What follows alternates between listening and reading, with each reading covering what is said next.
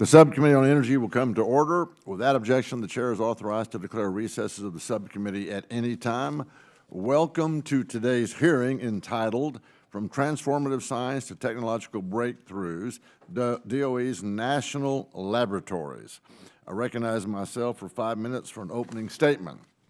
So good morning, y'all. Today, the Energy Subcommittee will be examining the U.S. Department of Energy's national laboratories and their role in advancing scientific discoveries as well as developing innovative technologies.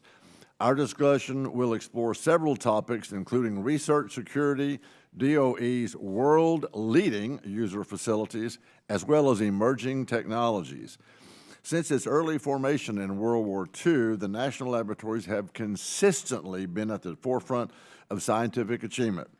As the largest federal recipient of basic research funding in the physical sciences, the national labs and their 28 user facilities have taken on the most fundamental challenges in the fields of computer science, high-energy physics, fusion energy, as well as material science. Despite these challenges, the labs have made significant scientific breakthroughs, which include sequencing the first human genome, mapping the universe, achieving fusion ignition, and discovering 22 of the elements on the periodic table. These achievements have been instrumental to U.S. technological leadership, creating new industries as well as products. In tandem, through public-private partnerships, the national labs play a major role in transforming our energy sector. For instance, the National Energy Technology Lab, known as NETL, worked with industry to develop hydraulic fracturing technology.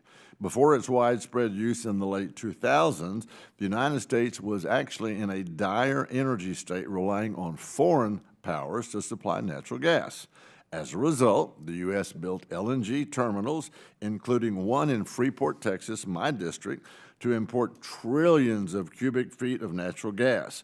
Due to NETL's collaborative work with industry, however, the United States repurposed these same terminals to export LNG to our allies while reducing the cost of energy at home. This showcases the importance of public-private partnerships and their ability to ensure our national security and our energy independence.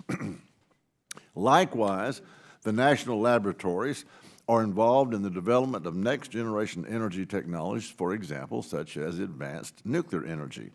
For over the last 20 years, researchers at Oak Ridge and Idaho National Labs have made significant improvements to TRISO fuel, which is a fabricated fuel using Gen 4 reactors.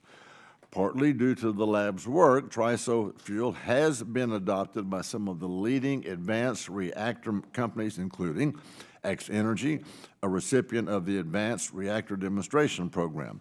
X-Energy plans to use this fabricated fuel for its XE100 reactor, which will provide power and heat to Dow's industrial production facility in Seadrift, Texas, just south of my district. Moreover, the lab's work in fabricated fuels, along with their ability to supply HALEU, which bring forth a new nuclear renaissance. With our focus on national laboratories, I would be remiss if I didn't bring up the CHIPS and Science Act. Back in the 117th Congress, I, as the Energy Subcommittee ranking member, along with the House Science Committee members, worked across the aisle to produce the Department of Energy Science for the Future Act, which included my bill, the Computing Advancements for Material Science, CAMS Act. This large, comprehensive House product ultimately became the basic text to the CHIPS as well as the Science Act, which reauthorized the Office of Science's basic research programs, authorized upgrades and experimental facilities such as the Electron-Ion Collider at Brookhaven National Laboratory, and directed DOE to implement new research security provisions. Despite the wide set support for this bill, Congress has yet to appropriate to the levels authorized in the CHIPS and Science Act. This failure is partly due to the Biden administration prioritization of new and untested demonstration and deployment programs. While the IIJA and the IRA invested close to $100 billion for over 70 new programs, the Office of Science and its labs received only $2 billion. which is a paltry 2% of funding outside of the traditional appropriation process. This doesn't include the Biden administration's risky loan office, which doled out tens of billions to its political connected clean energy friends. 2017, I led a joint subcommittee hearing titled, quote, Risky Business, the DOE Loan Guarantee Program, end quote, where I highlighted in my opening statement that the Yvonne Paw Solar Project would come at the cost of the ratepayers if the, quote, if the project fails and goes into default, end quote. With the recent announcement by PG&E ending its relationship with Ivan Paw, it seems that my prediction was correct. It looks like it's coming true. Moreover, I hope that the Trump administration will work with Congress to fully fund the basic science programs at levels consistent with CHIPS and science and reprioritize the department to focus on basic research and its labs. This will ensure U.S. competitiveness and technological prowess in the 21st century. I'd like to thank in advance our witness today for their testimony, and I look forward to our conversation here today. I now recognize the ranking member, the representative from North Carolina, for her opening statement. Well, good morning, and thank you so much to Chairman Weber for convening this hearing today to discuss the importance of the National Laboratory Network to preserving our nation's leading edge in science and developing the energy solutions and workforce of tomorrow. I want to thank our distinguished witnesses for being here to share your testimony and insights on this topic.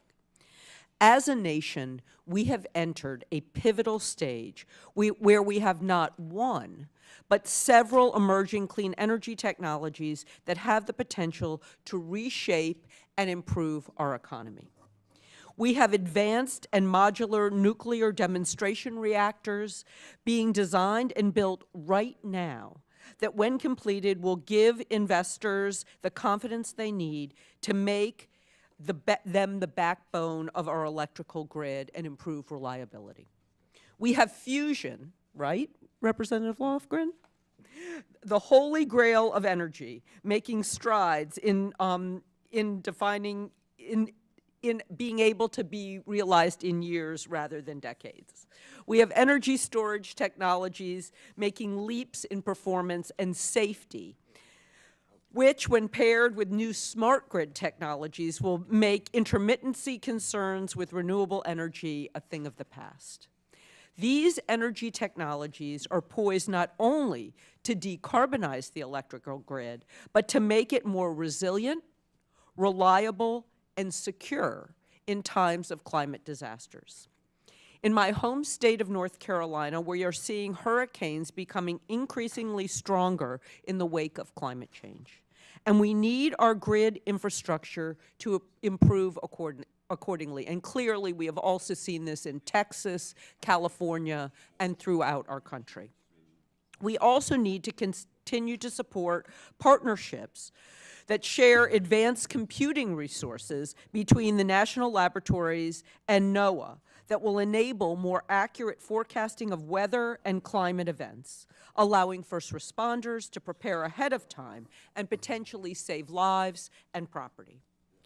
And as I've come to understand, at the forefront of all of these technologies and partnerships is the Department of Energy's National Laboratory Network. I'm looking forward to hearing from our expert witnesses on the valuable work the national laboratories are doing, how they are improving the security of our communities, and what Congress can do to support their work.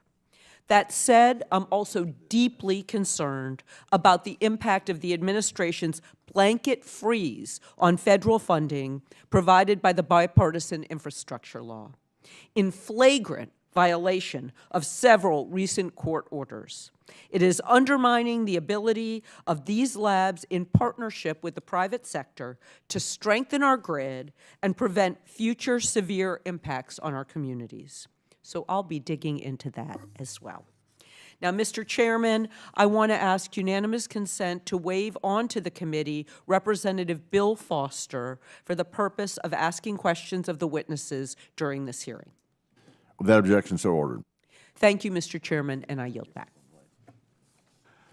Thank you, Ranking Member Ross. Without objection, Chairman Babin's opening statement will be included in the record.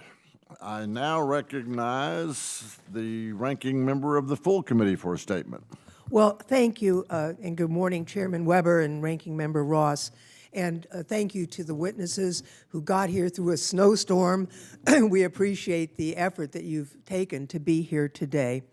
The Department of Energy, as we know, oversees 17 world-class national laboratories and an array of programs focused on ensuring U.S. leadership in clean energy industries of the future and keeping our nation on the forefront of scientific discovery.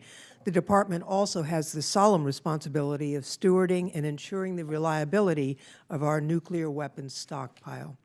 Often for broad bipartisan hearings like this, where a major focus is on introducing our committee's many new members to the full range of exciting facilities and projects that the department oversees, here is where I'd pivot to a favorite subject of mine that the ranking member just referenced, and that's fusion energy.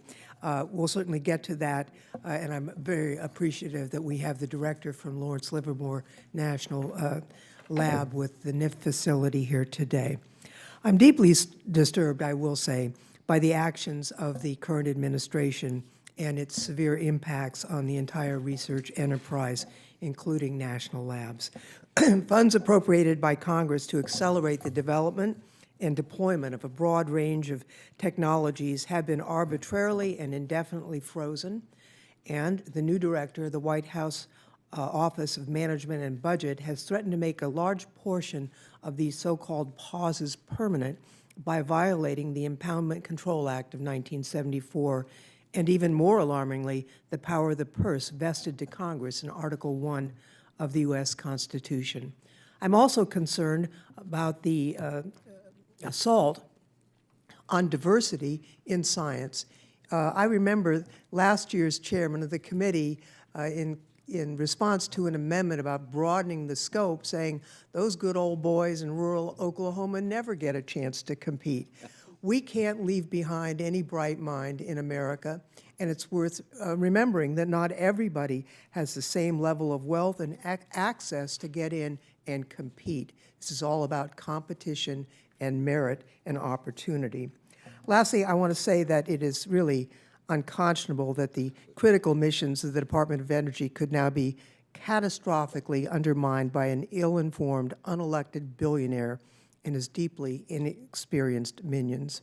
We know that the new Secretary of Energy personally granted access to DOE's IT system to personnel associated with the so-called Department of Government Efficiency, or DOGE, over the objections of DOE's own offices of General Counsel and the Chief Information Officer.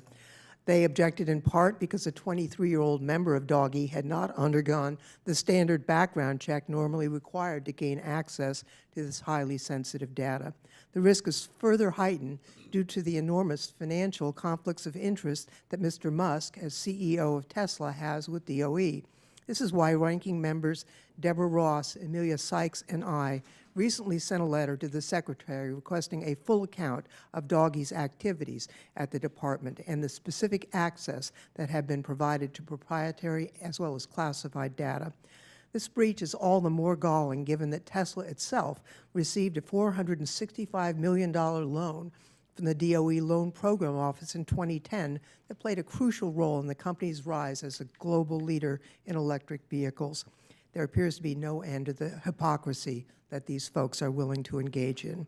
All this said, I recognize that the witnesses before us today are certainly not responsible for the radical actions of this new administration, even if they have been forced to address and mitigate their consequences as best they can.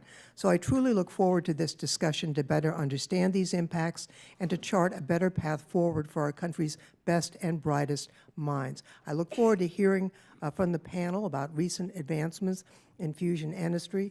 I do want to celebrate that this committee has always operated in a bipartisan manner. That goes back decades, and I'm cheered by Chairman Weber's call that the science and CHIPS and science be fully funded up to the authorized level. That is an important statement, Mr. Chairman. And with that, I yield back. Thank you, Ranking Member Lofgren. I now introduce our witnesses. Our first witness today is Dr. John Wagner, the Director of Idaho National Laboratory. Our next witness is Dr. Tom Mason, the Director at Los Alamos National Laboratory. Our third witness is Dr. Paul Kearns, the Director at Argonne National Laboratory.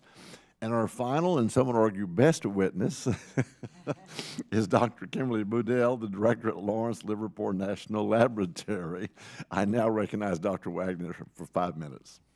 Thank you. Chairman Weber, Subcommittee Ranking Member Ross, and Ranking Member Lofgren. It's a pleasure to be here. Thank you for having me in this discussion today. My name is John Wagner. I'm the Director at the Idaho National Laboratory, the nation's Center for Nuclear Energy Research and Development. I also serve as the chair of the National Laboratory Directors Council. I consider it to be a true honor to be a part of a system tasked with finding solutions to our nation's greatest energy and security challenges. On a personal note, my first professional experiences as a college student was during internships in the summertime at Oak Ridge National Laboratory and Los Alamos National Laboratory. These experiences opened my eyes to amazing possibilities and have had a profound impact on my career and on my life. After beginning in the private sector, I worked at Oak Ridge National Laboratory for nearly 17 years before my passions for nuclear energy brought me to Idaho in 2016 as the chief scientist of the Materials and Fuels Complex and later became lab director in 2020. As Energy Secretary Chris Wright recently wrote, DOE's R&D enterprise is the envy of the world.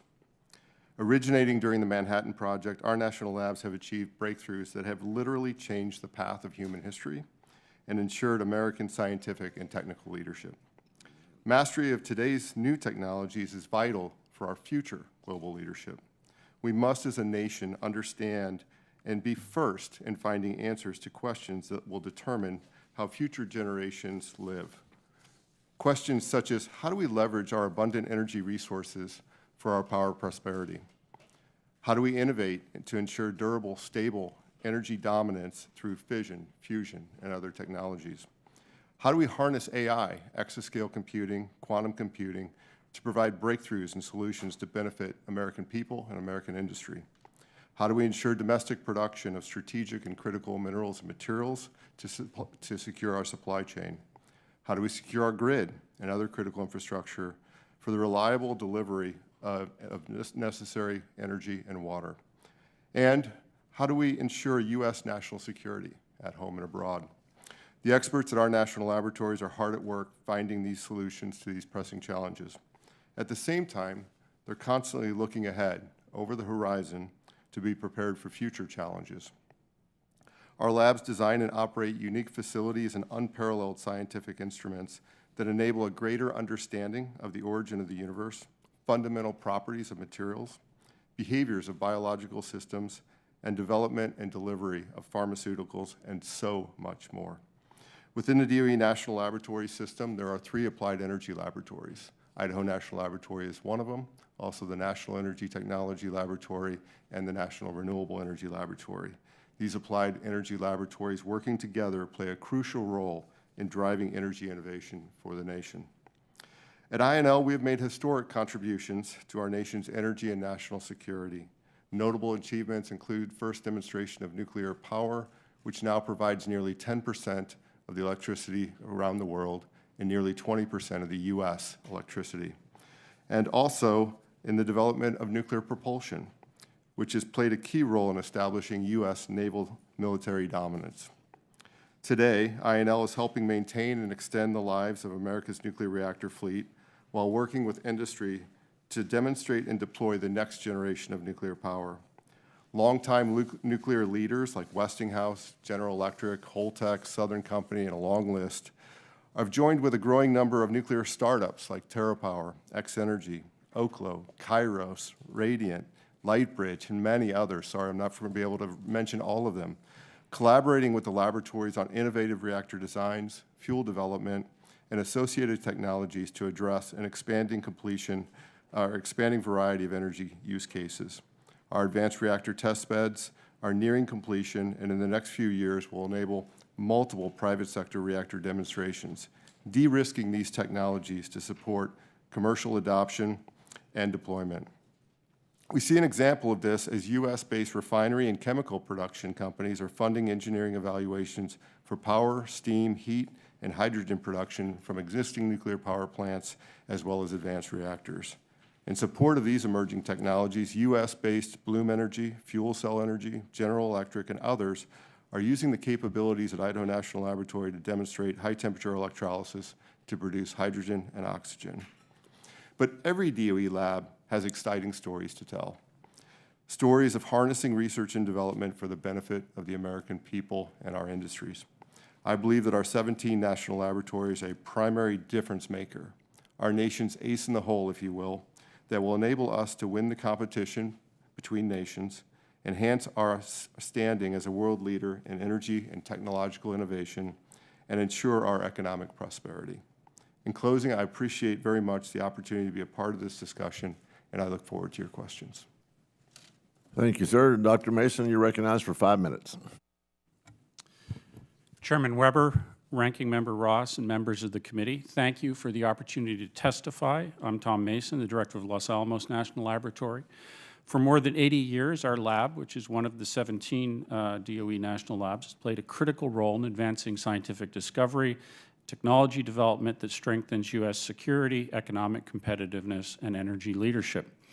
Today, I will focus on 3 key areas: national security challenges in a rapidly evolving world, the role of artificial intelligence in defense and scientific advancement, and the need for infrastructure investment to sustain innovation. Over the past 30-plus years, the geopolitical landscape has shifted from a bipolar Cold War structure to a post-Cold War environment where the U.S. was the sole superpower to the tripolar dynamic we see today with U.S., China, and Russia compounded by independent and surrogate actors. This has created new challenges that demands technological innovation to maintain strategic stability. A critical component of national security is energy security. The U.S. must invest in nuclear power as a stable energy source that reduces reliance on foreign supply chains, and Los Alamos is at the forefront of advancing reactor technologies in partnership with Idaho and fuel innovations that can support both national security and economic growth. Today, however, in many areas, private sector investment in R&D is exceeding government investment, and that requires the labs to strengthen public-private partnerships to ensure that advancements align with national interests. Probably artificial intelligence is the best illustration of this dynamic. From a national security perspective, artificial intelligence is transforming global power dynamics faster than any other technology. While the U.S. leads in areas of AI development, this lead is narrowing as China increases government investment in AI-driven defense and surveillance systems, which have the potential to undermine our legacy deterrent. AI is a force multiplier for national security, and Los Alamos is leveraging artificial intelligence to improve weapons simulations to enhance deterrence, to strengthen cybersecurity against emerging threats, and optimize defense supply chains to ensure resilience.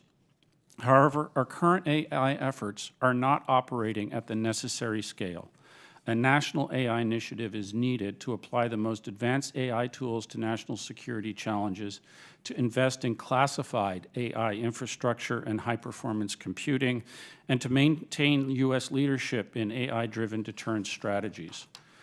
The nation that first scales AI for national security will shape global stability for decades.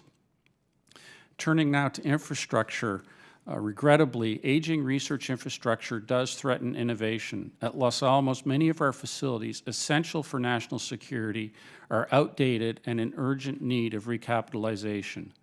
The Los Alamos Neutron Science Center, or LANCE, is vital for nuclear certification as well as medical isotope production, and it's more than 50 years old and requires modernization to maintain reliability. The Lance Modernization Project, which was recently approved for Critical Decision Zero mission need, is crucial for restoring full capability. Similarly, our explosive research complex, which supports national defense and warfighter safety, faces structural deficiencies that hinder critical research. These facilities must be updated to sustain scientific and defense innovation. The data from our experimental facilities is the raw material for training artificial intelligence. So investing in modern infrastructure is not just a scientific priority, it's a national security imperative. Rapid technological advancements have also made technological surprise a growing concern. Unlike past areas where research could be tightly controlled, AI and emerging technologies are advancing often in open source environments, making them more difficult to monitor. To counter these risks, the U.S. must develop classified AI test beds at the national labs to assess emerging technologies, leverage AI-driven intelligence to track adversarial advancements, and strengthen our collaboration with allies to maintain a strategic edge. The best way to prevent technological surprise is to lead in innovation and deployment. We must get there first. Because private industry leads in AI and quantum computing and other disruptive technologies, the national labs must collaborate closely with industry to accelerate advancements and ensure they align with our public needs. At Los Alamos, we've already partnered with leaders like OpenAI and NVIDIA and can leverage the success of DOE's recently successfully concluded exascale computing project to integrate AI into national security applications. Expanding these collaborations will accelerate scientific breakthroughs in national security applications. It will ensure that U.S. AI models drive innovation rather than foreign competitors, and it will keep us at the forefront of technological leadership across a broad range of scientific and engineering disciplines. Strong partnerships between national labs and private industry will drive American leadership in science, technology, and defense. To ensure the U.S. remains the global leader in science security, we must take decisive action in 3 areas: launching a national AI initiative to maintain U.S. leadership in AI-driven security, investing in modern scientific infrastructure to sustain innovation, and expand public-private partnerships to accelerate technology development. This committee plays a pivotal role in ensuring the U.S. does not fall behind. I urge you to support these investments in science, technology, and national security to secure our future. Thank you, Mr. Chairman. I look forward to your questions. Thank you, sir. Dr. Kearns, you're now recognized for, I guess, 5 minutes. Chairman Weber, ranking members Ross and Lofgren, members of the subcommittee, thank you really for the opportunity to appear before you today. It's my honor to discuss the Department of Energy's national laboratories and the drive to innovation and science at scale, which underpins the economy and our national security. I am Paul Kearns. I'm a director of Argonne National Laboratory, which is stewarded by the Department of Energy's Office of Science, the largest funder of physical sciences across the federal government. From advancing discoveries in material science, biology, high-energy physics, and nuclear research, to driving innovations in fusion energy, isotope production, and computational science, the Office of Science fuels research that spans all 17 of the national laboratories, engages over 300 universities and higher learning institutions, and impacts every state in the Union, plus Puerto Rico and Washington, D.C. The Office of Science National Laboratories feature leading-edge scientific facilities that are essential to the innovation ecosystem. They provide critical scientific capabilities that propel discovery and American innovation through partnerships with industry and academia. These facilities empower multidisciplinary teams to advance bold and innovative scientific and technological endeavors. They are also instrumental in attracting and retaining a talented workforce vital for Argonne's success, and they offer staff opportunities to pursue meaningful careers working on matters of global scale and consequence. Last year was a transformational year at Argonne, where we completed the upgrade of 2 of the Office of Science facilities: the Advanced Photon Source, which provides brilliant high-energy X-rays that researchers use to study complex materials and systems, and Aurora, one of the nation's first exascale supercomputers, capable of performing a billion calculations per second. These facilities are complex engineering marvels. The $815 million upgrade to the Advanced Photon Source replaced the facility's 30-year-old electron storage ring, 1 kilometer in circumference, with the state-of-the-art machine increasing X-ray brightness by up to 500 times. Aurora joins Frontier at Oak Ridge and El Capitan at Lawrence Livermore National Laboratory as the 3 fastest supercomputers in the world. These supercomputers dramatically accelerate research.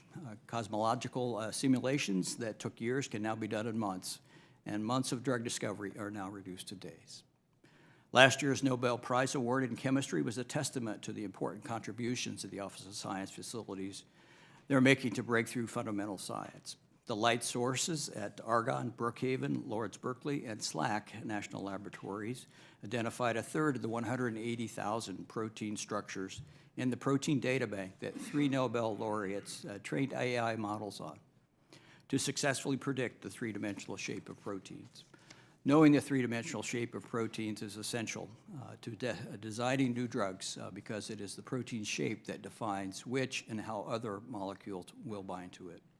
This achievement has been heralded as perhaps the very first time AI has significantly advanced the frontiers of humanity's scientific knowledge and will make a significant contribution to the development of a vast new set of drug candidates for cancer and other diseases. To continue Nobel-level scientific contributions, we must reinvest in laboratory infrastructure and facilities that drive discovery, innovation, and development of the industries of tomorrow. The facilities, capabilities, and expertise resident in the national laboratories are vital to expanding America's leadership in critical and emerging technologies, such as artificial intelligence, quantum information science, and microelectronics, and to establishing the U.S. as the pace setter in the race of nations vying for supremacy in science and technology. Adversaries like China are making significant investments in these industries. Our technological edge of today is not guaranteed. To maintain U.S. leadership and best position ourselves in this evolving geopolitical landscape, we must lean into our core strength in research and development, leverage our unique scientific assets, and bolster our partnerships. One of the most significant roles of the national laboratories is their ability to develop strategic partnerships with industry and academia, and to convene stakeholders to address complex challenges and opportunities.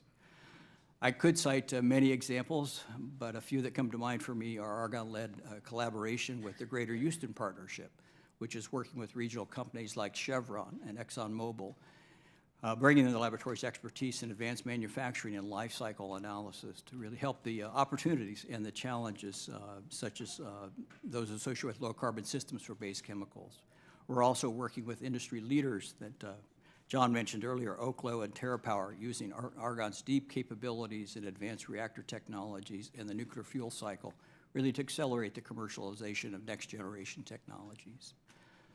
Our country stands at a pivotal moment. Innovations of today will see transformational breakthroughs that will enable our future prosperity. Now is not the time to hold back. With renewed investments in the infrastructure and expertise of the laboratories, the U.S. can contribute to lead in emerging technologies such as AI, quantum computing, and advanced manufacturing. By accelerating and scaling our fundamental R&D, infrastructure, and strategic partnerships, the U.S. can secure its position as global science and technology leaders of the future. Thank you for your continued support and the opportunity to testify today. I do look forward to the questions as well. Thank you. Thank you, sir. Doctor, is it Budell or?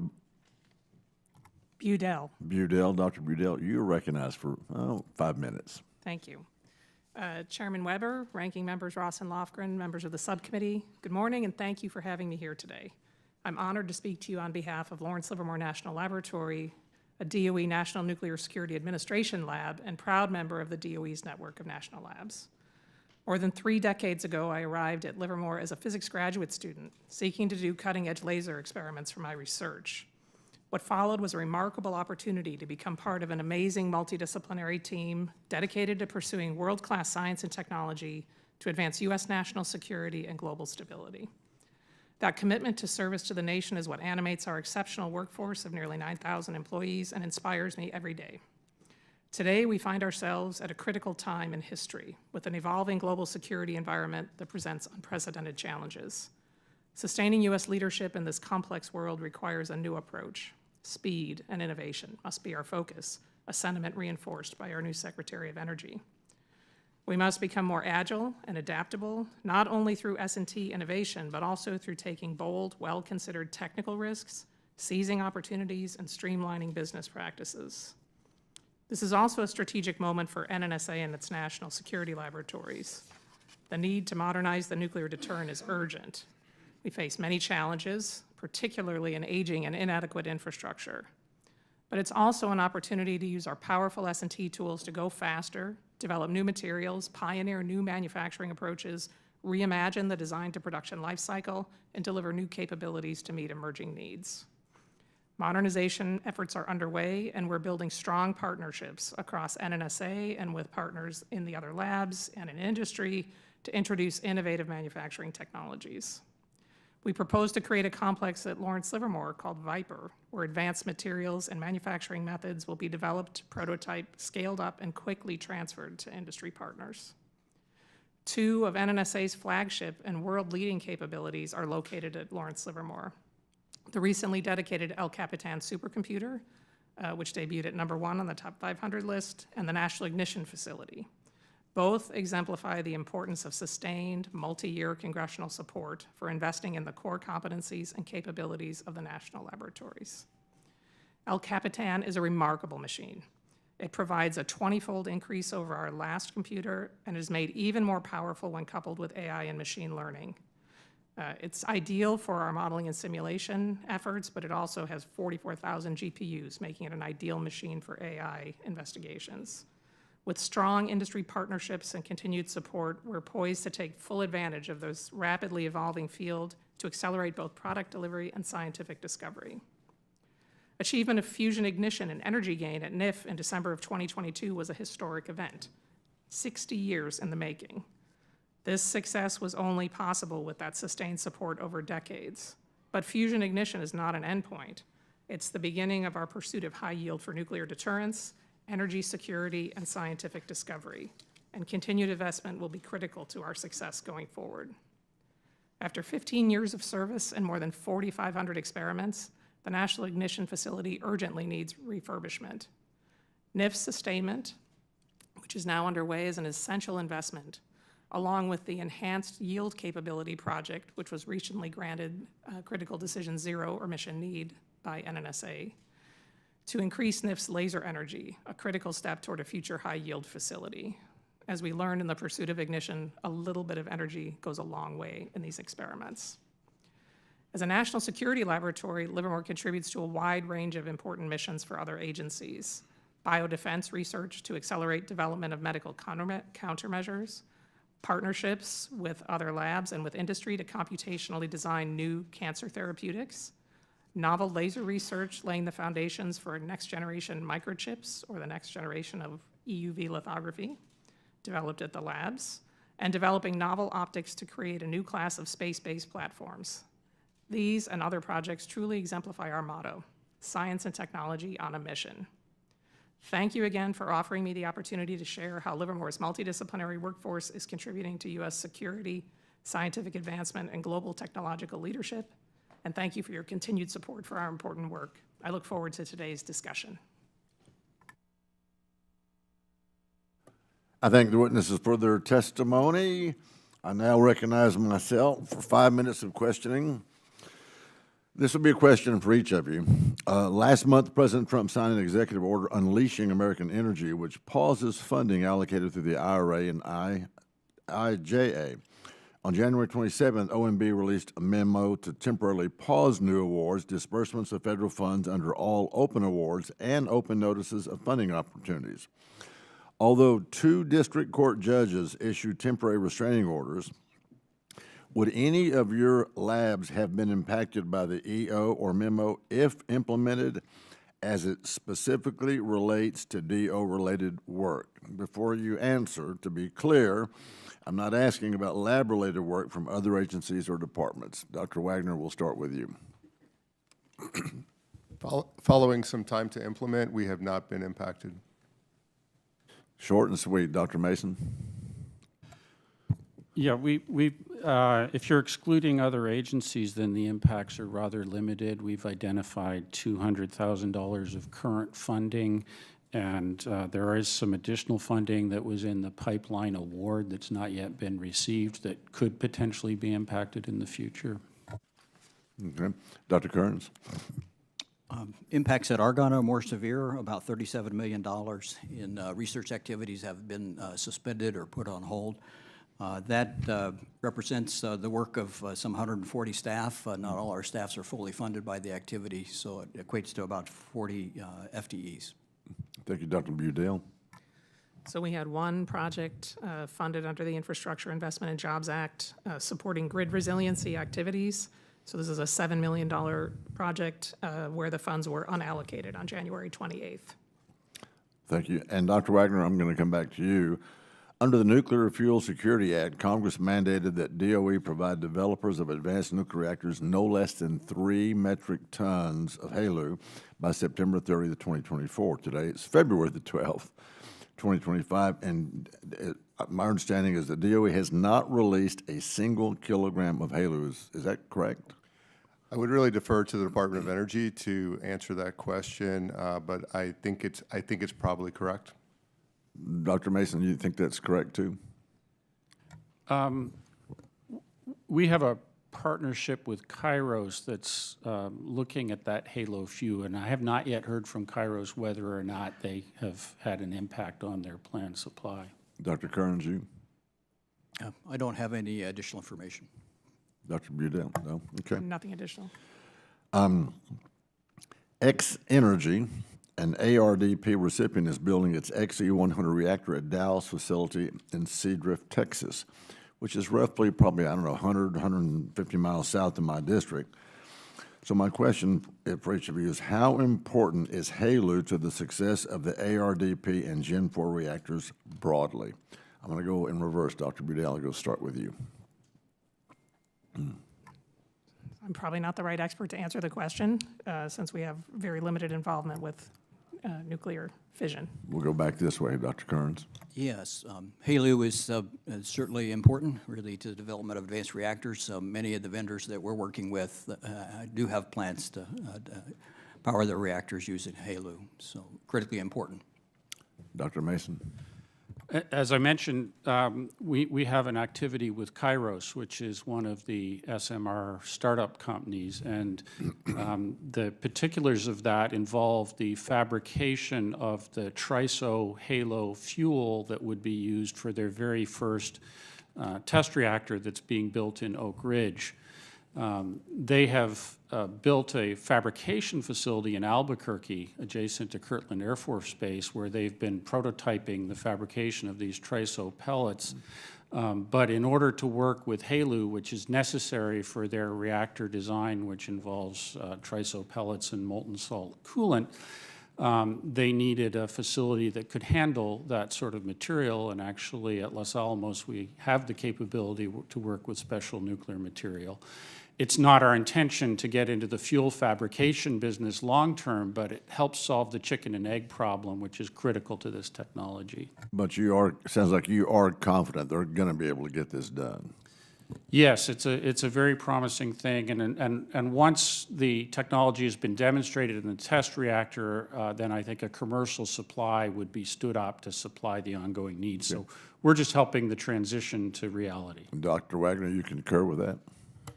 Yes, I concur with that. I'd just say that the high-assay LEU, or HALEU, is essential to almost all of the advanced reactor concepts. The supply of that material is incredibly important, and the timely supply of that material is important. We are working with the Department of Energy. They are working to make material available at Idaho National Laboratory. We do have some stocks of high-assay LEU that we are working with the department to make available to private sector companies, Kairos, Oklo, and many others. Okay, thank you for that. I now recognize Ranking Member Ross for her questions. Thank you, Mr. Chairman. As you all heard in my opening statement, grid resilience and reliability is a key priority, I think, not just of mine and North Carolina, but this entire country. And so I'd like to ask a few more questions, Dr. Budell, about the $7 million that you have yet to receive. My understanding is that that was in partnership with the private sector to support a project focused on reliability and resilience. I'd love to hear more about the project and its status, and whether you've been given any explanation for why the funding has ceased. Thank you for the question. So the project involves utilization of a special laboratory we have at Lawrence Livermore called Skyfall. Skyfall is a cyber physical test bed, so we can use our high-performance computing to run models of the grid operating and then put real hardware from grid systems in line with those models. And that's a way for us to run scenarios where there might be a cyber attack or other operational upsets and understand how the equipment will respond to that. So this is a really important partnership for us, working with utilities and private sector companies so that they can understand in a real-world environment how their different types of technology they're introducing into the grid will operate in that system. So I think this is critically important work. It's a great partnership between us and the private sector, and it really does give them access to a different capability because of this high-performance computing backbone, where we can put a very realistic scenario together. It's also a place where we train a great deal of workforce on questions like cyber resiliency. So we run a cyber program where we bring in teams of students and teach them about cybersecurity of complex systems like the grid. And they actually do an exercise where they work to, as ethical hackers, to take the system down. We have a little town that we've built that they do team challenges against. So this is a way for them to gain real-world experience. Most of these students don't come from computer science backgrounds, so this is really their first experience of cybersecurity. So that nexus of real hardware, large-scale models of grid, and an understanding of the threat space, and then the workforce training pipeline, I think, are all critical to ensuring the next generation of technologies are deployed securely. Well, I think you're going to love a bill that we got through with bipartisan support on the House side the last time that deals with more funding for cybersecurity in DOE, and we're going to reintroduce it.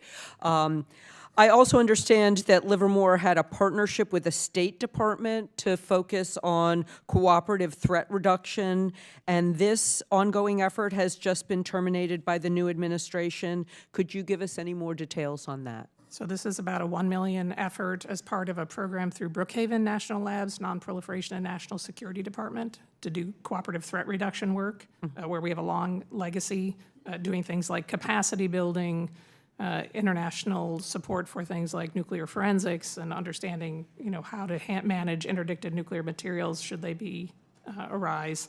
It's about $1 million project, and as far as I know to date, it's paused. We don't know if it will be restarted at a later time. Well, hopefully we can work on both of those things in a bipartisan way. Several of you have talked about the importance of AI for our energy leadership. And I don't know who would be the best person to answer this question. We only have a minute left. But can you describe how meeting the demand for critical AI infrastructure can help support both the scientific enterprise and the public interest? Maybe Dr. Mason first, since you emphasized AI in your response. Yeah, AI and electricity go together for sure. And in fact, the AI demands are kind of base load demand. It's always on, you always need to be running. And so that has implications in terms of the type of electrical supply. But our ability to support that at the scale that's needed is going to be challenged just because the rate at which we ramp up electrical production is very different than the rate at which AI is ramping up as a discipline. And so I think as a nation, we are going to be challenged to respond quickly enough to maintain the very tenuous lead that we have in this field. Okay, with the last 9 seconds, anybody have anything to add to that? I'll just say that AI is really transforming everything we think about science, how we use data, how we do experiments, even how we think about developing new technologies, because AI with advanced manufacturing allows you to make things you couldn't even conceive of before. Thank you, and I yield back. I thank the gentlelady. The chair now recognizes the gentleman from Tennessee, Mr. Fleischman, for 5 minutes. Thank you, Mr. Chairman. I appreciate your having this hearing. To each and every one of the witnesses, thank you. I've visited in many of your labs. I've worked with you all, I guess, over the past 14 years, now 15 years. In short, our national labs are a national treasure. It's probably the most enlightening experience I've had as a member of Congress and now as a senior appropriator chairing the Energy and Water Subcommittee, which funds the Department of Energy, but could not be more pleased and thankful for your opening statements and the questions. I wanted to ask each and every one of you your thoughts about this. My district is home to the Oak Ridge National Lab, actually the Oak Ridge Reservation. We have the NNSA facility there, Y-12 building, UPF. Nuclear cleanup is near and dear to my heart at many of your reservations. I know Idaho has done a great job over the years, Los Alamos. I chair 7 or 8 nuclear-related caucuses. So this is what I do in Congress, and each and every one of you all have been my partners. This committee has long recognized the value of public-private partnerships. In fact, I think some of you alluded to this in your comments, that boost our nation's competitiveness on a global scale. So I'm going to ask each and every one of you all, can you explain the benefits and share any examples of industry collaboration leading to the commercialization of transformative technological achievements? For example, in my district, X Energy, which the chair has already referenced, developed their TRISO fuel at ORNL and is now building a commercial facility to produce it at scale. Dr. Wagner, 2 companies working at INL are currently conducting a feasibility study to co-locate their fuel fabrication facilities and are exploring collaboration on reprocessing and recycling technologies, which is also near and dear to my heart. Can you all comment on the benefit of industry collaboration and the pathways to commercialization? And I guess I'll just start with Dr. Wagner and go through. Thank you. Thank you, Congressman, and I'd like to start by thanking you for your support of the National Laboratories in general and for nuclear energy in particular. You've been a great advocate for both of those areas and much, much more. So you already are quite familiar with a lot of the public-private partnerships and the important aspects of going, but I'd like to maybe just quickly talk about a couple.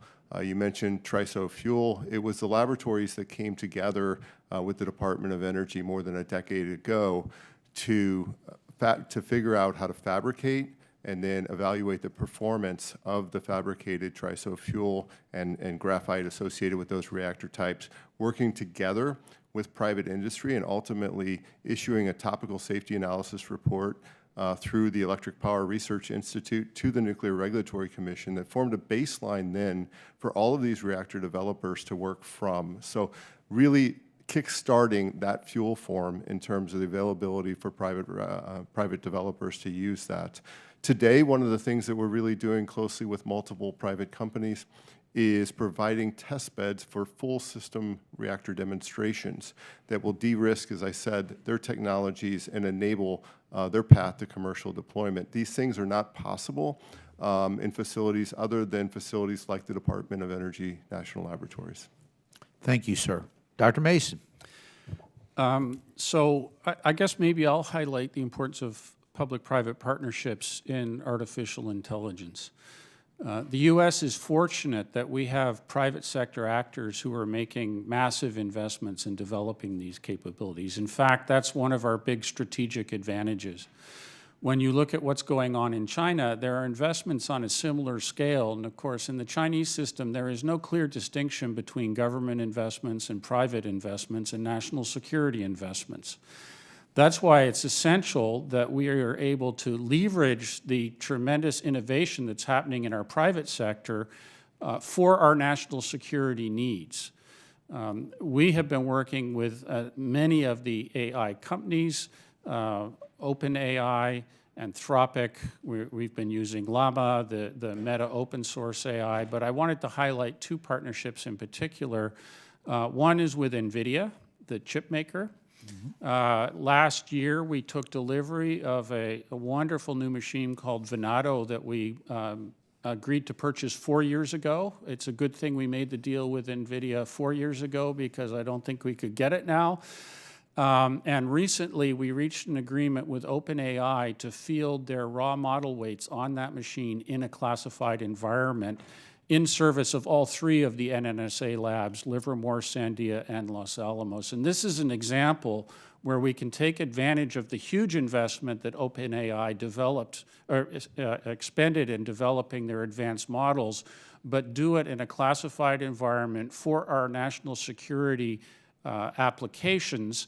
You know, there may not be as big a financial model to incentivize the private sector to do that sort of work, and that's why we need to work to align our interests and hopefully drive forward the science and technology as well.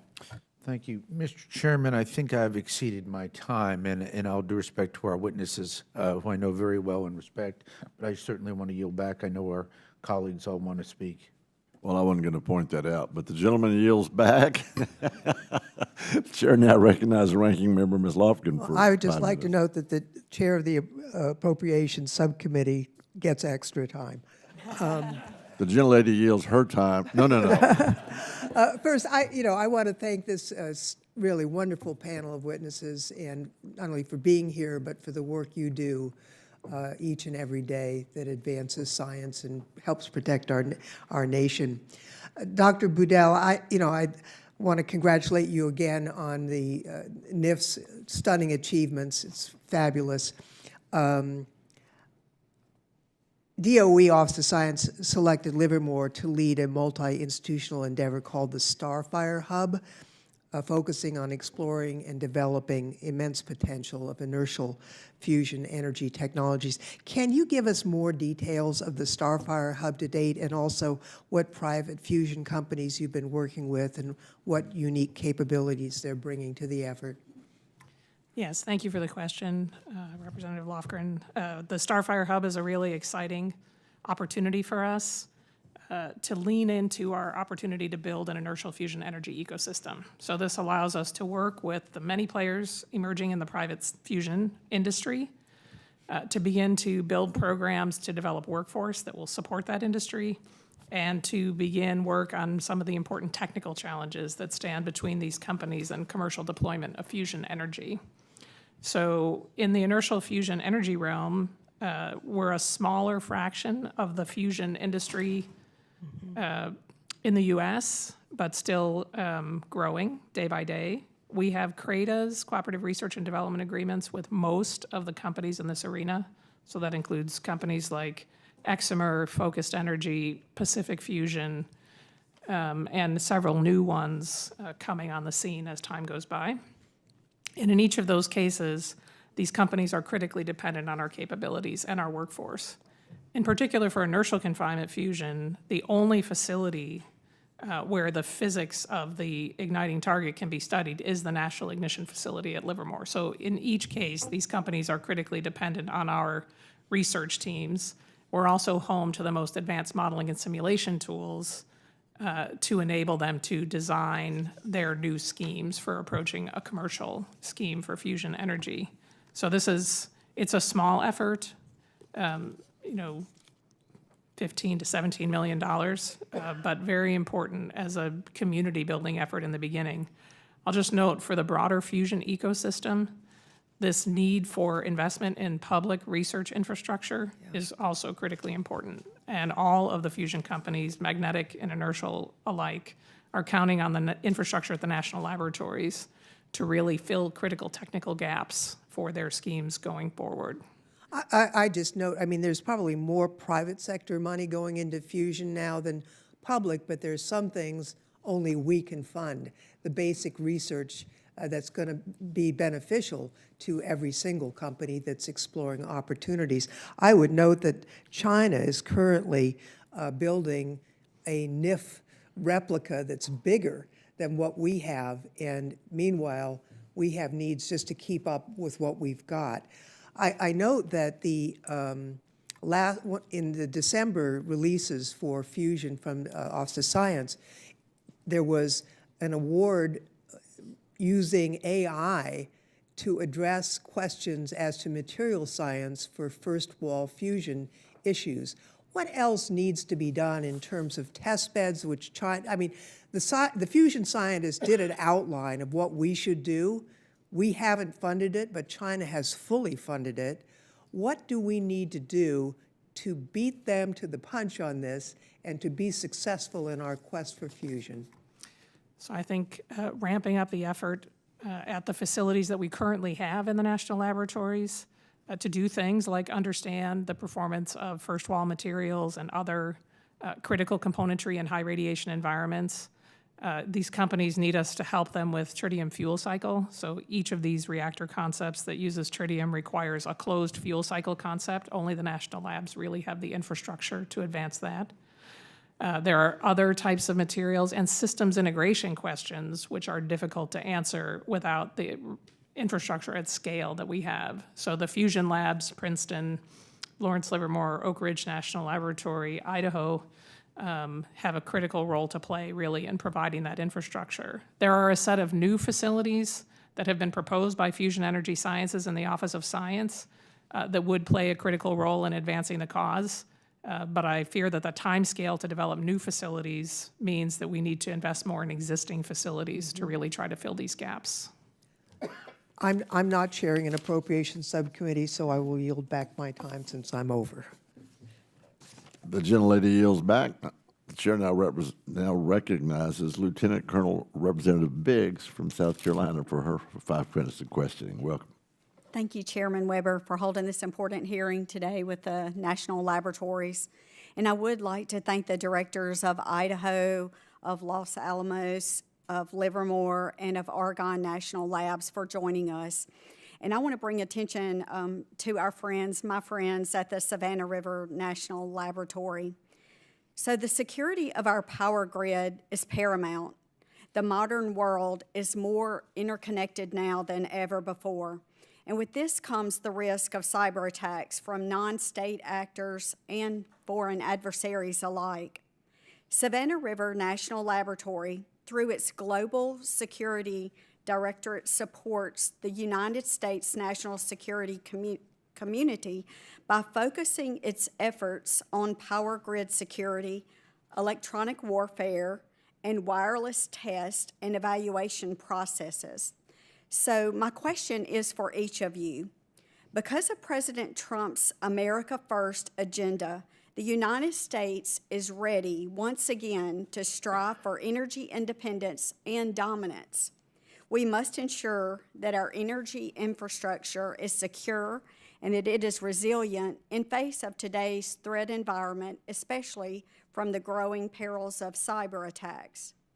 What are your labs doing to address the challenges to energy resilience, and what partnerships do you see as critical to the success to reach this goal? May I start? Please. Thank you for the question. At Idaho National Laboratory, in addition to our energy mission, we do a lot of work in critical infrastructure security, primarily cybersecurity for physical control systems, as well as physical security of those systems, partnering with Savannah River and other laboratories. We do a lot of work for the Department of Energy's CSER office, that's Cybersecurity, Energy Security, and Emergency Response, as well as the Department of Homeland Security's CISA, that's Critical or Cybersecurity Infrastructure Security Resilience Agency. So what we do then is we've done a lot of things. As you probably are aware, there's a lot of control systems in our infrastructure that were put in place before we understood the cybersecurity risks. So we do vulnerability assessments to understand where those are, how to address them, working with the control system and the critical infrastructure owners to address those risks. We also have developed methodologies to address consequence-based cybersecurity measures such that as we deploy new critical infrastructure, that we deploy it in a more cyber-secure way from the very beginning. Multiple tools as well as training for the different owners of these critical infrastructures relative to their vulnerabilities. And lastly, I want to give time for my colleagues. We are working hard on more firm energy sources to shore up the reliability of our grid as well. Thank you. Great, thank you.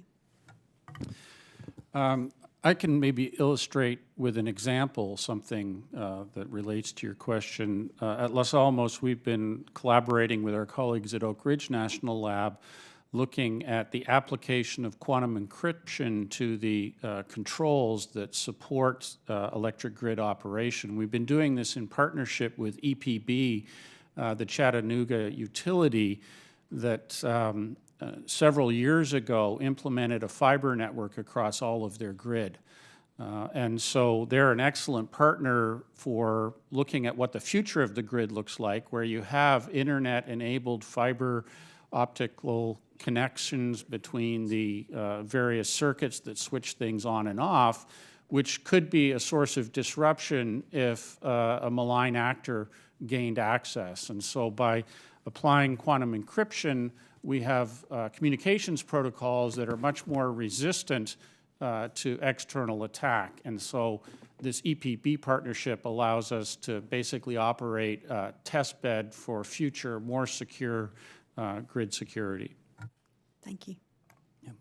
There are four examples I would cite from Argonne. Argonne also does quite a bit of work in cybersecurity and critical infrastructure protection for not only the Department of Energy, but for other federal agencies. A great example is really critical infrastructure interdependency, looking at, if you will, the impact of disruptions to our national gas supply, to the electricity availability and transmission broadly across the country.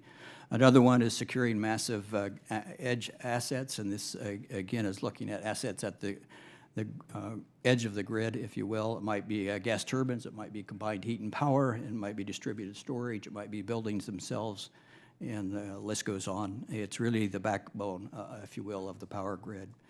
The third one is securing the supply chain. Certainly, security at multiple levels is critically important. We talk about materials and components in terms of really enabling the power system. And the last one is extreme event assessment and mitigation, really understanding the impacts, if you will, of extreme weather and how to respond quickly, prepare for and respond quickly to those events. Great. I'm sorry, but my time has expired, and out of respect for my colleagues, I yield back. Well, the gentlelady would like to yield back, but Dr. Budell, would you like to weigh in before we do that? I thought you looked anxious. Well, that's not how you decide where we sit, depends on how much you get to talk. But It's the same way around our dinner table, just so you know. Exactly. We have many of the same efforts. I mentioned already our Skyfall lab, where we're really trying to understand these cyber-physical systems. Because of our work in national security, we have very strong capabilities in risk assessment and risk analysis. We understand the threat space very well and can bring that, again, in our partnerships with the private sector, to critical civilian infrastructure like the grid. But we also have many partnerships looking at the intersection between civilian infrastructure and things like military installations, really trying to understand how to make those facilities resilient and ensure that critical capabilities like that always have secure access to energy in their environment. So thank you, sir. Now the gentlelady from South Carolina yields back. Just remember, you owe me. So, Chair now recognizes the gentlelady from Oregon for 5 minutes. Thank you, Chair Weber and Ranking Member Ross, and thank you to our witnesses for being here today. This is quite timely to have this conversation in the midst of unprecedented attacks on our research enterprise. Reports suggest President Trump is looking to cut the NSF budget by 2/3. Blanket attacks on diversity have thrown existing research grants into question and caused panic and confusion amongst researchers. Elon Musk's henchmen are running amok at NOAA, threatening critical systems like the National Weather Service that researchers and the public rely on.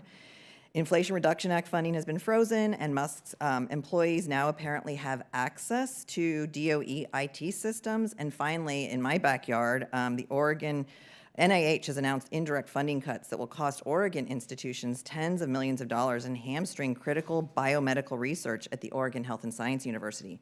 So I just want to be crystal clear. If the administration continues down this path, life-saving discoveries will fail to materialize. Young Americans will have fewer economic opportunities, and our nation will be weaker and less competitive on a world stage.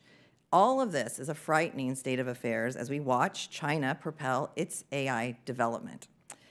So has any one of you been contacted by the Department of Government Efficiency, or DOGE? And if so, in what capacity or for what purpose?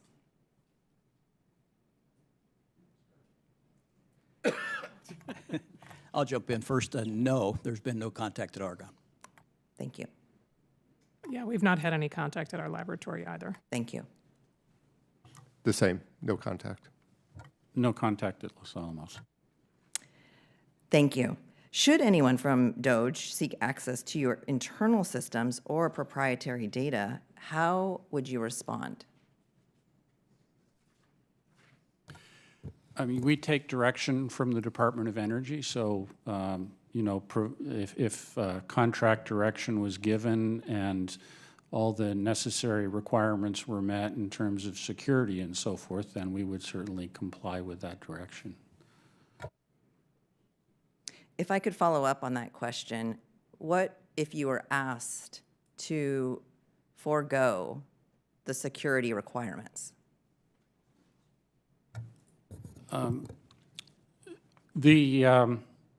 The way the labs work is, as contractors, we have a set of requirements that flow from the Department of Energy in the form of DOE orders. Those orders are in our contract. We are required to comply with them. If the orders were removed from our contract or waived, then that might provide a mechanism. But as of the moment, all the security orders are still in place, and we are required by contract to comply with them. Thank you. So I imagine we might need litigation if the contracts were not changed to take effect to override those security mechanisms. Is that correct? I don't know about litigation, but certainly it requires contracting officer direction to change any of those things. Okay, thank you. The national labs engage in far-reaching partnerships with researchers at academic institutions across the country, and in Oregon, these include Oregon Tech, students working on clean energy solutions with the National Renewable Energy Lab, Oregon State driving quantum advances with Argonne, and the University of Oregon working with the Pacific Northwest National Lab to pursue discoveries in material sciences, just to touch on a few. Have any of you proactively directed any university partners to amend or altogether stop research activities in response to the administration's orders on DEI or any other executive order? No, not at Argonne. Thank you. I don't believe we have it either. Thank you. No. No. Thank you. Have any of you heard from university partners with concerns about their ability to continue research partnerships? No. Thank you. No. No. And no. Great, thank you. I will yield back my time. The gentlelady yields back. The chair now recognizes Representative Harrigan from North Carolina for 5 minutes. Chairman Weber and Ranking Member Ross, thank you very much for holding this hearing today, and to our witnesses, thanks so much for your testimony. Really appreciate it. I would agree with the gentleman from Tennessee who said earlier that our national labs are indeed national treasures. And as the American taxpayer invests their national treasures into our national treasures, your labs, we expect to have great and incredible outcomes from those investments. And I think in many cases we do, but this committee has heard in full committee setting testimony that we are behind in research and development. And a portion of that difference that we've seen can be attributed to intellectual property theft. And I'm just curious, as I read through your testimonies and have listened to you today, you all control collectively tens of thousands of employees. You have thousands of visiting researchers. How many of those employees and or visiting researchers are citizens of the PRC? So at Idaho National Laboratory, we have approximately 50 foreign nationals from China. As of right now, at Los Alamos, there are about 100 citizens out of about 18,000 total people working at the lab. About 100 citizens of the so-called countries of risk, China, Russia, North Korea, and Iran. Obviously, with the new language in the National Defense Authorization Act, we are working through a process to come into compliance with that by the April end date, and so that number is going down.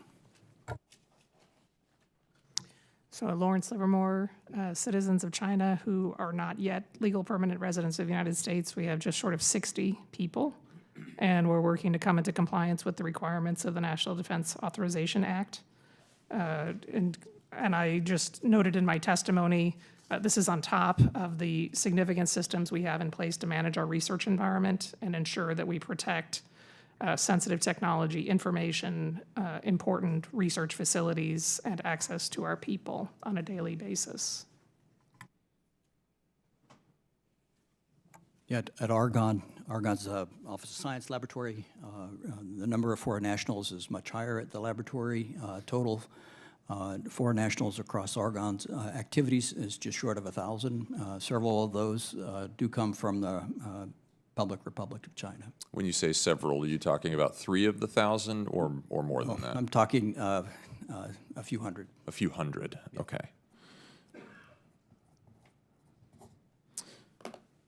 Have either of you, any of you, have you had any confirmed cases of espionage at your labs dealing with these individuals?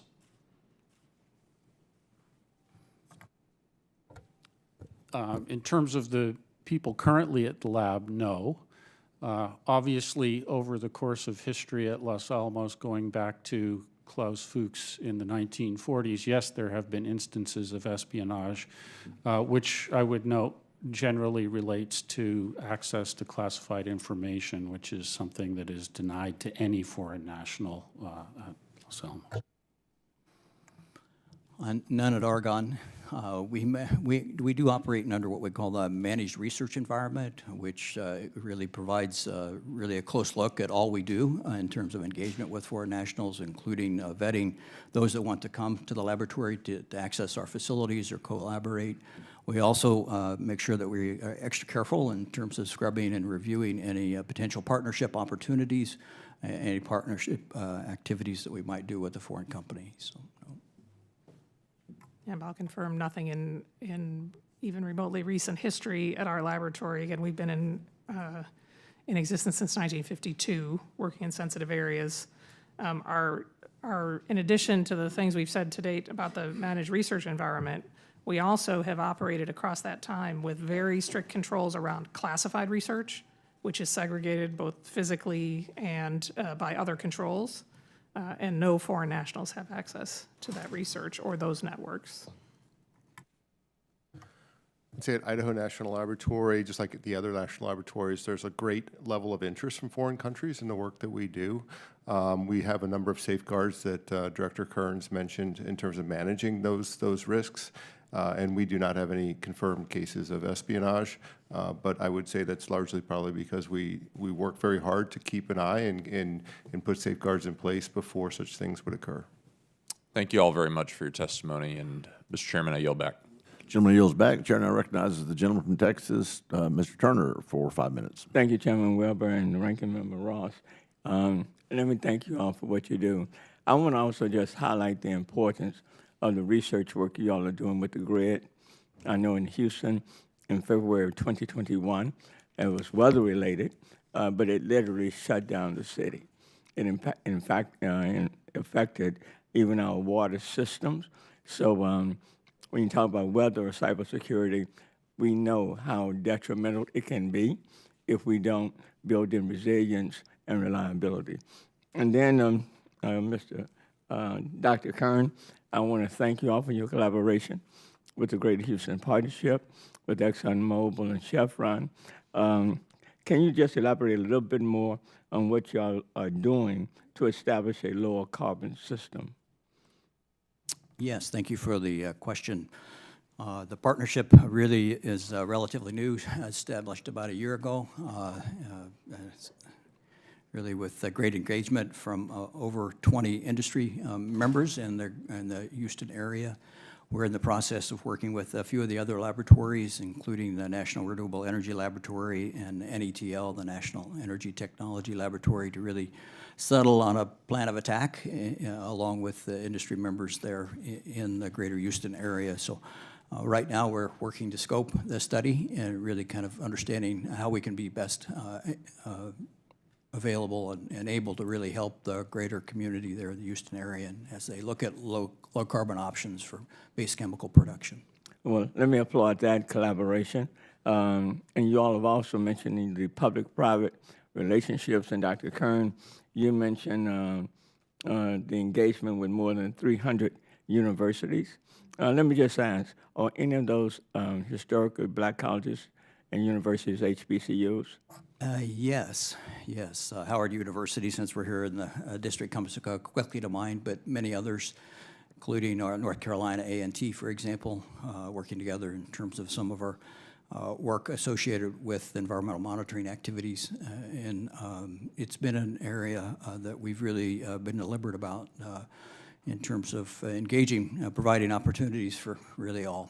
So thank you. Okay. And then let me just ask in general, I know that there are some offices that have had to be closed because of the conversation, the executive orders on diversity, equity, and inclusion.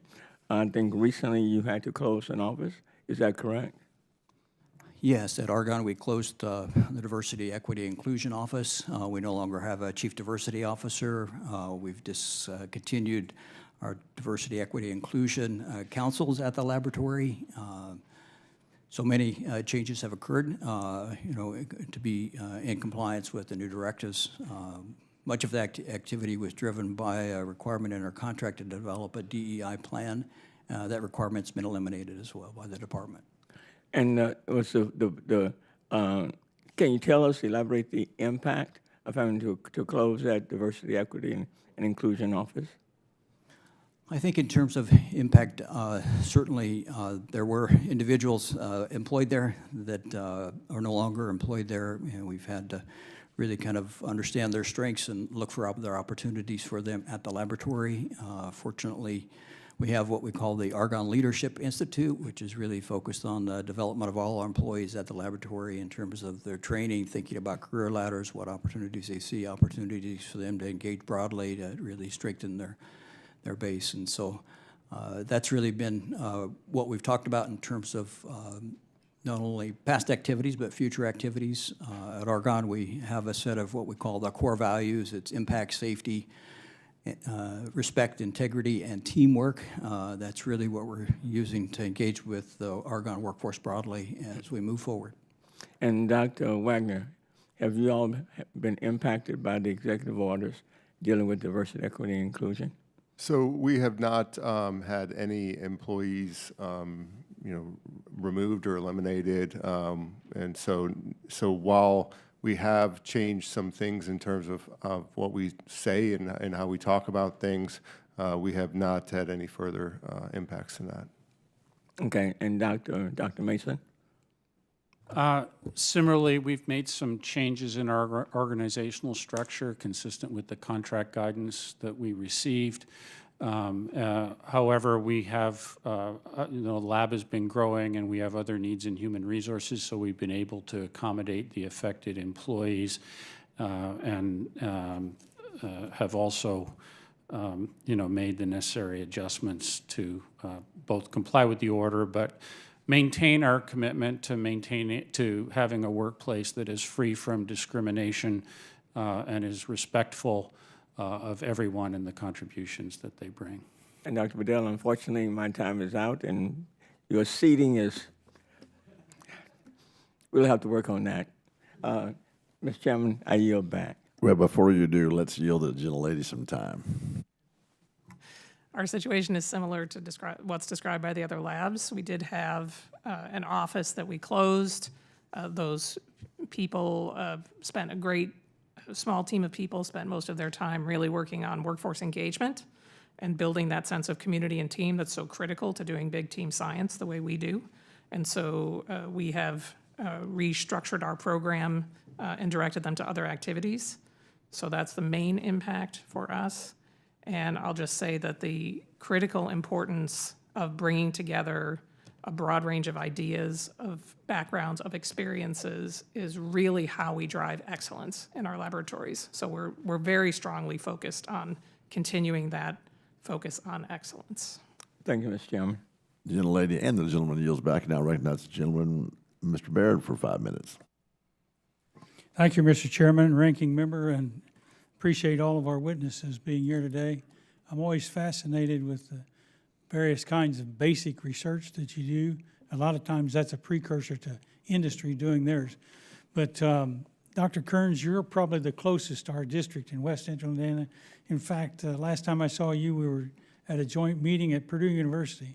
And I want to make sure you understood that. Purdue University, right, with that, anyway. So anyway, you know, since that lab is so close, and I believe the projects really reflect the leading edge on quantum science in the Midwest has developed. And in fact, our nation's sole quantum corridor runs from Chicago to Ohio, as you're well aware, with most of that corridor in northern Indiana. So during this committee's prior markup of the National Quantum Initiative Reauthorization Act, I offered an amendment to direct the National Quantum Initiative Advisory Committee to study the creation of a national quantum corridor connecting our national labs, our universities, and our military bases across the country with speed and power of a quantum computer. So do you think we're headed in the right direction with that quantum corridor? And if so, how can we best secure that corridor against any breaches in research, in your opinion? Yeah, thank you very much for the question. I do appreciate the subcommittee and the committee's support of the National Quantum Initiative, really, in its renewal, if you will, in that regard. I think many good things have happened under the National Quantum Initiative. One that's particularly important to Argonne has been the stand-up of the National Quantum Research Centers. We operate what's called QNEX, really focused on quantum interconnects. You know, the fascinating thing to me about this is really the strong interest from industry in many aspects, really, of quantum information science that we have from industry. We have 11 industrial partners as part of that center. The laboratory has had to devote 1 day a week for conversation with other potential other industrial partners that want to come to Argonne and talk about quantum science and their own ideas and how they might partner with us and other national laboratories. I think that's great. In terms of pulling things together, you know, I think the Department of Energy, again, through the Office of Science and the National Quantum Research Centers, there are 5 of them. It's really created a very dynamic ecosystem. I think initially, the first 5 years has really been focused on developing capabilities and building partnerships. As we look really to moving it forward, as suggested by the National Quantum Initiative, it's really about further activation of the ecosystem that's been established. Many of the, I would say, geographic regions of the country have developed quantum networks, quantum test beds, if you will, for quantum communications. And there's always interest in thinking about linking systems. Can we join our efforts together in terms of that national quantum network that you spoke of? Big challenge. Technology's not just there yet, and so it's really important that we continue to invest both in the fundamentals and the engineering aspects associated with quantum information science. You know, right along with that, it's amazing to me how much energy these data centers take. I've had energy suppliers indicate to me it's going to quadruple their demand for electronics. But anyway, I'm going to go to everyone for this question.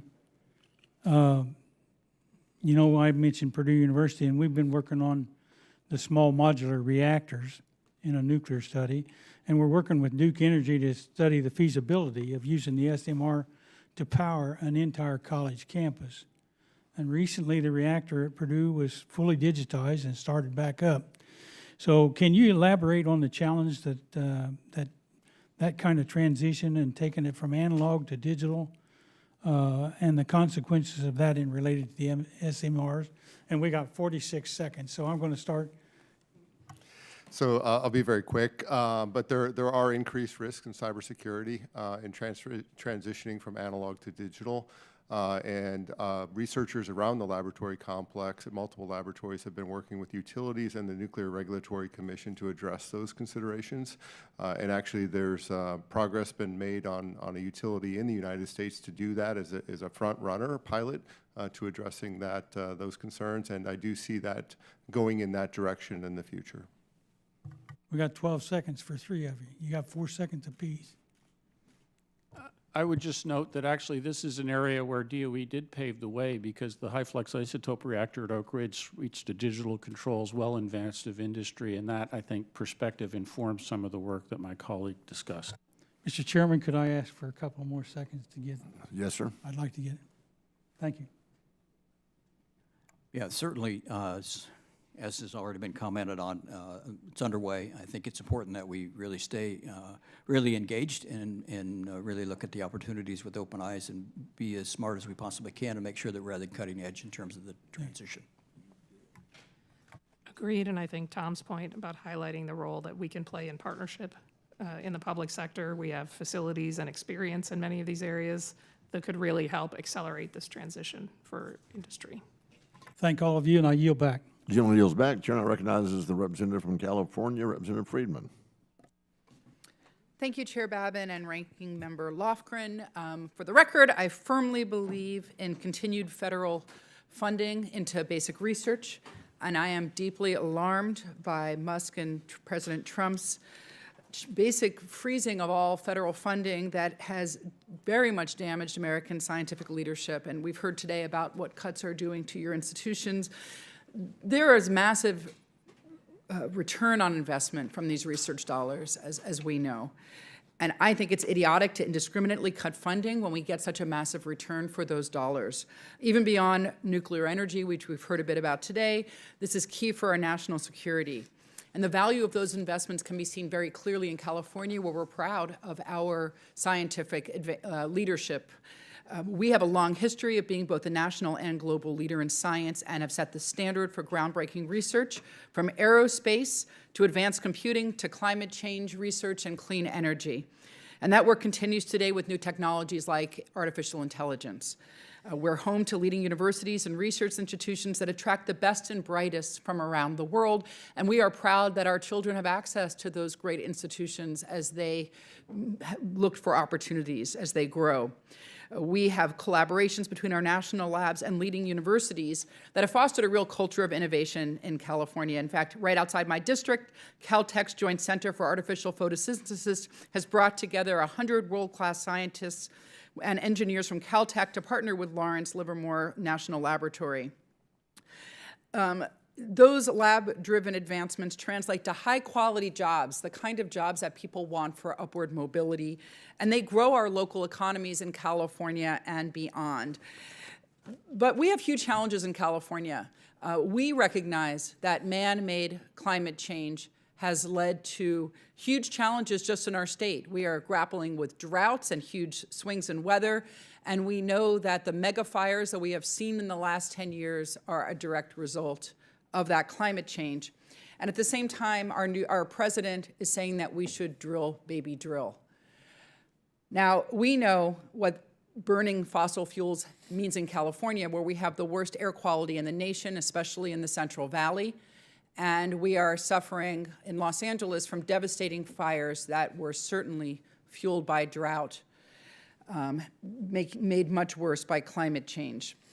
Director Buldow, I am wondering how your research is figuring into the clean energy solutions that are not only creating great jobs in California, but will help us lead the world out of the climate change impacts that are being felt, not just in California, not just in the United States, but all over the globe. And we know that other governments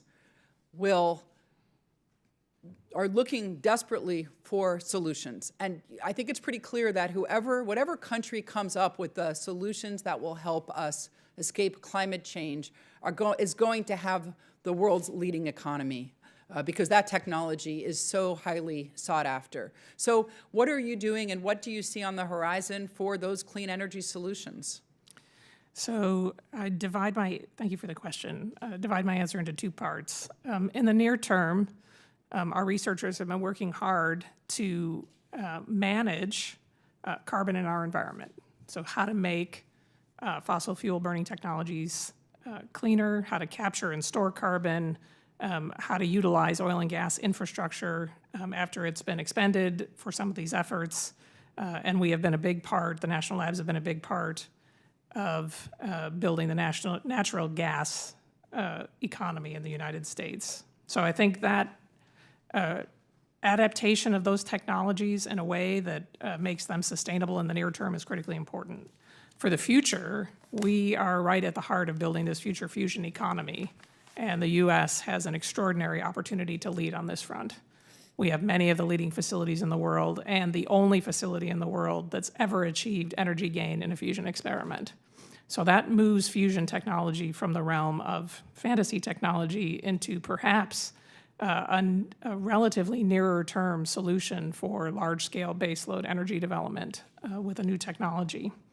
So we're working very hard to build up the ecosystem that goes along with that. That's addressing the R&D challenges that still remain to making fusion energy commercially viable, working with companies to understand the gaps they have, and then directing our research to rapidly fill those gaps. Again, materials, tritium fuel cycle being two notable ones, and advancing the state-of-the-art in key technologies for things like inertial fusion energy, where advanced laser technology, high repetition rate experiments, and higher gain target designs, which we can work on at our National Ignition Facility, will be central to success. Thank you, and I yield back. Gentlelady yields back. The chair now recognizes the gentleman from New York, Representative Riley. Thank you, Mr. Chairman, and thank you to all the witnesses here. I really appreciate hearing about all the incredible work you're doing on everything from fusion to machine learning, all these things that we really need to do to stay competitive in our global economy. It's really, really important stuff. I wanted to use my time today to talk about something different that's really immediate and hitting close to home in upstate New York, and something that I want to ask for your help with, and that is the opioid epidemic. It's just ripping through towns across upstate New York. In West Endicott, where I'm from, we've lost some of my high school classmates or their parents because of overdoses and addiction. In Sullivan County, we're losing 2 people per month because of overdoses, and we're having 10 overdoses per month. So 2 deaths and 10 overdoses per month in just Sullivan County. Greene County in my district, we've got the second highest overdose rate in the state. I was at a diner in Catskill in the fall, and it was one of the issues that came up over and over again. We're losing kids and parents and friends and neighbors. And I think there's a lot of reasons for this. A big part of it is, frankly, we've just got a wide open border when it comes to fentanyl trafficking. So you've got China sending these ingredients to Mexico, and then the cartels are making fentanyl, and then they're smuggling it into America where it's killing our people, and it's gotta stop.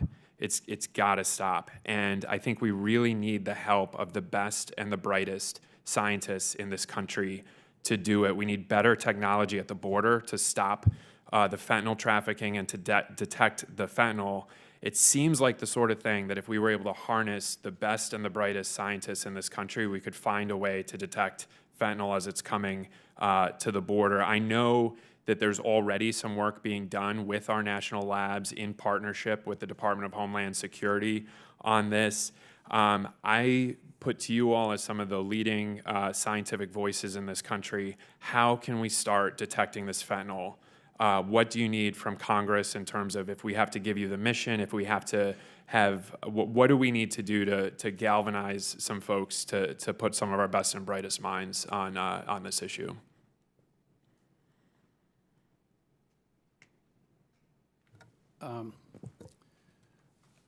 I actually have something that might be of interest to you, but I'm not able to discuss it in an open forum. I understand. I would, that sounds even more interesting now that you put it that way. And because it's a response to my question, but also it sounds even cooler. So let's find a time. I'm gonna drop off my card with you, and let's talk about that. So we have something that we can tell you about, which is a development of a new countermeasure to counter the effect fentanyl on those who might come in contact with it. Perhaps not an overdose, but for example, first responders who go out into the field. So using the combination of our experimental and computational capabilities, we were able to develop a therapeutic that counters the toxic effects of fentanyl that could be used for that purpose. Incredible. Yeah, that's exactly the type of work I think we need. Anybody else have suggestions on this? One of the things I'd like to work with you all on and work with the administration on is whether there's a way. I mean, you guys are just doing incredible stuff, like amazing breakthroughs. And I just think that we have the best scientists and researchers in this country, and we have this immediate problem that is literally killing my constituents. And what I want to do is take all of your talents and your skills and put folks to work on this mission of detecting this stuff before it gets into the country. We've got to get the border secure. We've got to do it. And to do that, we need better technology. And to get better technology, we've got to have our scientists working on it. So I want to support you in supporting that kind of work. And Dr. Mason, we'll talk after about the super secret cool stuff that you guys are doing. Thank you, and I'll yield back my time. Gentleman yields back. The chair now recognizes Dr. Foster for 5 minutes. Well, thank you. And I guess since we're just talking about fentanyl, I can't resist pointing out that Argonne National Lab, research performed at Argonne, won the Nobel Prize for the study of the G-coupled protein receptor. And this is the actual mechanism when the opioid molecule hits the receptor in your brain that causes the addict to become addictive. This can be directly imaged, and has been at the Argonne APS. They can see exactly what happens when the fentanyl and it's everything that happens after that to the fentanyl molecule hits the brain and how that works. And when you get that kind of understanding, we are now rolling out medically assisted treatments that directly crowbar that receptor so that when the opioid molecule arrives, you actually don't feel it. And so it is this kind of research over decades that really, there are many lines of defense we need against fentanyl and the damage it's doing. The last best line of defense is the human brain. And if we can find simple ways to crowbar the response of the human brain to fentanyl, you won't need border security or anything else because no one won't have addicts desperate to buy the fentanyl. And so I'm just really proud that that's happened in my district. It was Argonne National Lab and the APS.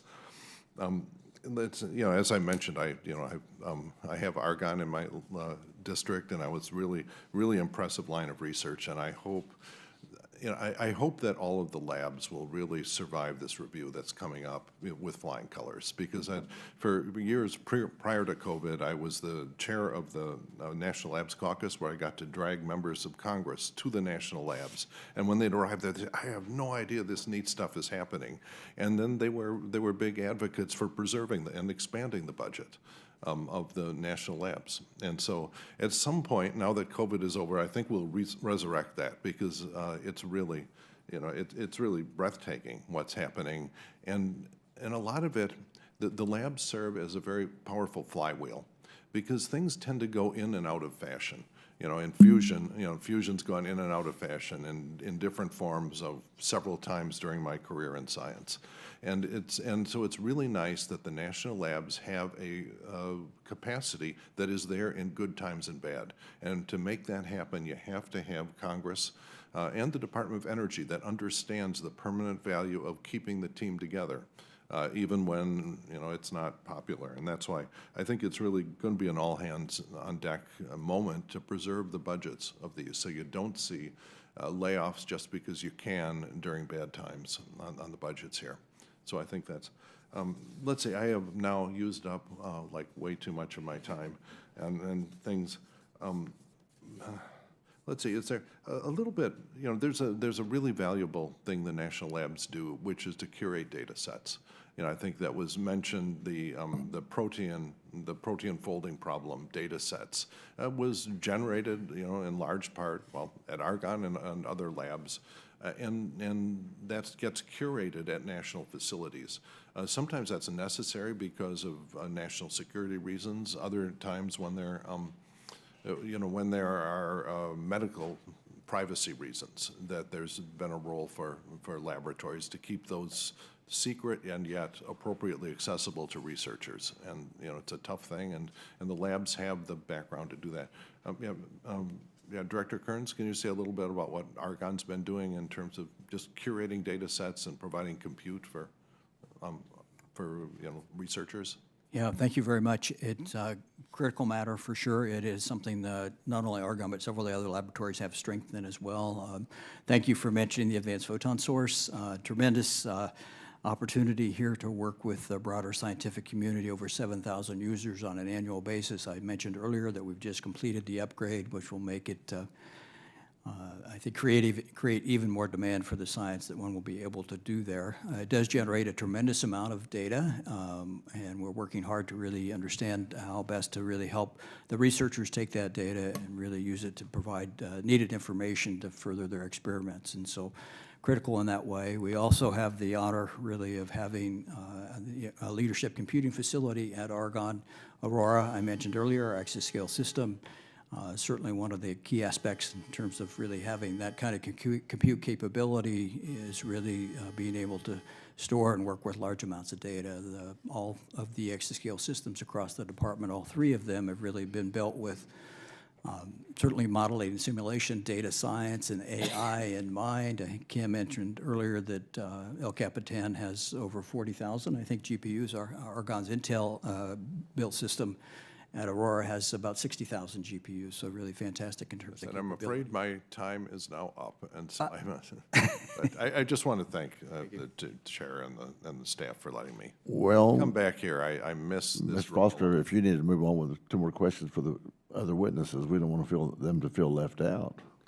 Well, I don't know, I could ask about scientific break-even versus economic break-even, but I guess I won't go there right now. I'm getting them. So the gentleman yields back. The chair now recognizes the chairman of the full committee, Dr. Babin. Thank you, Chairman Weber. Appreciate it. And I want to say thank you to our witnesses here for being here today with your valuable introspection and expertise and knowledge. I'm going to ask this of all of you witnesses, if you don't mind, and I would ask you please to be brief, because I have other questions I want to ask. When we talk about the importance of maintaining critical infrastructure, facilities, and workforce to support our basic research, it's important to understand the context of where funding went recently. Over the last 5 years, the Department of Energy recently received close to $100 billion in supplemental appropriations from the IIJA, the IRA, which established over 70-plus new programs. Of the $97 billion appropriated to DOE, what percentage and amount went to the national laboratories out of that $97 billion? And how much did each of your labs receive from these supplemental appropriations? Please answer very, very briefly. How much did you get out of the $97 billion? So I cannot speak to the percentage that went to the Department of Energy Laboratories. I can get back to you with that information. Please do. For Idaho National Laboratory, we've received $150 million, and we use those dollars towards modernization of facilities at our materials and fuels complex and advanced test reactor. Thank you. Yes, sir. Los Alamos Dr. received $200,000. So $150 million, $200,000. Next, please. $60 million really devoted primarily to helping us with the exascale computer at the laboratory, Aurora, and also some work in terms of heat recovery systems at the Advanced Photon Source. Gotcha, thank you. And Dr. Boodle? So we had a $7 million project that was recently deobligated from the lab. Okay, thank you very much. And then Dr. Wagner, Abilene Christian University in Texas received its NRC permit for the construction of the first liquid salt fueled reactor at Abilene Christian University in my state of Texas. However, the project is currently facing issues with procuring HALEU fuel for its reactor. How can Congress help accelerate this procurement process? And what is the current status of the Experiment Breeder Reactor 2, EBR2, spent fuel being converted into HALEU? If you could answer that, I would appreciate it. Yeah, I'll try to be quick. Congress has already done quite a bit to try to establish the capabilities domestically to produce high-assay LEU or HALEU fuel, Right. including $700 million in a bipartisan infrastructure law, and more recently, $2.7 billion to establish domestic capability. I don't know what Congress can do relative to the procurement aspect. That's something the Department of Energy is pursuing. On EBR-2, we are reprocessing spent nuclear fuel from the experimental breeder reactor 2. That was a high-enriched uranium fuel. We recover that material, we downblend it to high-assay LEU, and we are making that available. We will work with the department to make that available to private companies and perhaps Abilene Christian. As of now, we are on our path to reprocessing all that material. That will result in about 9.2 metric tons of high-assay LEU by the end of this decade. We're about halfway through that material. That's great. It's kind of disconcerting to the university to have gotten their permit but not able to obtain fuel. Okay, as I wrap up, I'd like to address one thing that was brought up today that caught my attention. My colleagues have mentioned that the Trump administration's spending pause is unprecedented. I'd politely remind my colleagues that the previous administration delayed allocation of funding from the IIJA, the IRA, and CHIPS and science laws to add non-statutory conditions like union requirements, unnecessary environmental reviews, and DEI conditions, not to mention the fact that the Biden administration actually canceled and redirected funding for our border wall, which Congress had voted on, signed into law, even to the point of selling off the materials of the border wall that was unused for 10 cents on the dollar. Unlike the previous administration, if funding is required to be dispersed by a specific time, this administration said it would do so. If the law allows discretion, the president has the authority to review this funding. Given the billions of dollars that went out the door at the end of the last administration, specifically the Loan Program Office at Department of Energy, that gave out over $50 billion in loan guarantees in just the last 5 days of the Biden administration's term, some of those very risky, asking questions about funding that was described by previous administration officials as throwing gold bars off the Titanic. That might be a good idea. And so with that, Mr. Chairman, I will yield back. Chairman yields back. The chair would like to enter into the record a letter from the Partnership for AI Infrastructure. Without objection, so ordered. I thank the witnesses for their valuable testimony and the members for their questions. The record will remain open for 10 days for additional comments and written questions for the members. This hearing is adjourned. Yeah.